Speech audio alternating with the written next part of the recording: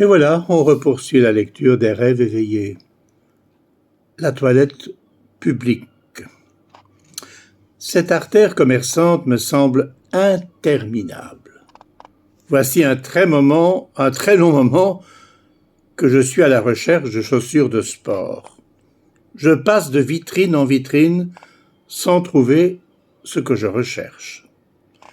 Une chose est bien certaine, j'ai absolument besoin de cette paire pour mon entraînement de ce soir. Je vois surtout l'heure passer et je m'inquiète de ne plus être à l'heure et de manquer le bus. Je me décide d'entrer dans un magasin, espérant que la vendeuse puisse me renseigner et peut-être satisfaire ma demande. La jeune dame ne me semble pas très bien comprendre ma recherche et s'obstine à me présenter des chaussures qui ne me conviennent absolument pas. Je suis agacé et profite qu'elle est repartie à la réserve pour quitter le magasin. Je regarde ma montre, il ne me reste pas beaucoup de temps pour gagner la salle de sport et l'arrêt d'autobus est bien loin. Je fais demi-tour et à grands pas je remonte la rue, me souvenant qu'à l'entrée de celle-ci, j'avais vu dans une vitrine une paire qui pourrait me convenir. Comble de malheur, je me rends compte que je dois répondre à un besoin pressant. J'ai en horreur de me rendre dans des toilettes publiques, sauf s'il est question d'un petit pipi. Mais ici, il est question d'autre chose. L'éternelle loi des vexations. Je ne vois aucun établissement où je pourrais me rendre en vitesse.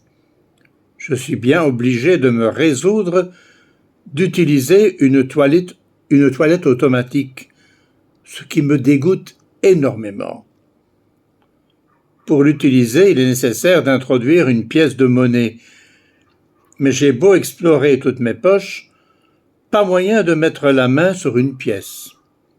Je suis pourtant certain d'en avoir mis une en poche après avoir payé le bus.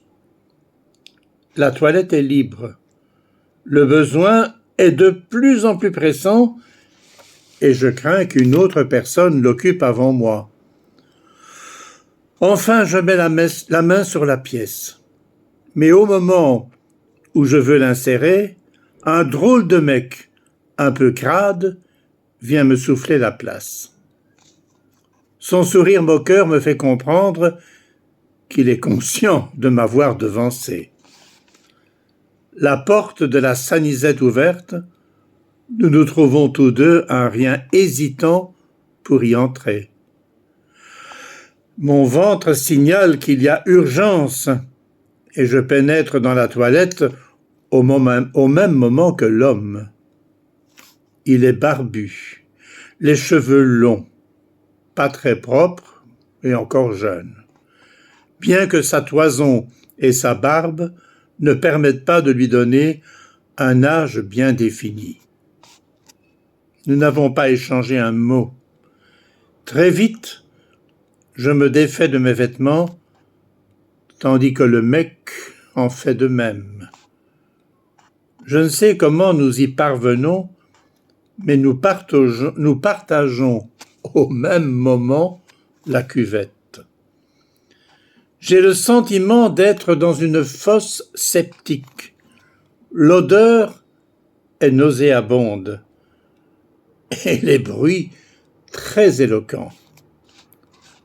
Pourquoi je m'intéresse soudain à cet homme alors que nos mains salies d'excréments partagent sur nos corps d'étranges caresses? C'est tout simplement ignoble. Nos corps nus sont maculés de matière fécale. J'étouffe. Mais voilà un rêve très particulier. Évidemment, je ne souhaite à personne de le vivre dans la réalité. Je vous rappelle que le livre Les rêves éveillés, vous le trouverez sur lulu.com en version papier, en version digitale, je le répète chaque jour, également probablement sur Amazon, et en recherchant mon nom Pierre-Henri Dubois, vous trouverez sur le net toutes mes autres œuvres. Je vous rappelle aussi que ce livre est orné de photos anciennes qui pigmentent un petit peu chacun des chapitres, et je vous retrouve demain pour un autre rêve qui, j'espère, sera moins scatologique.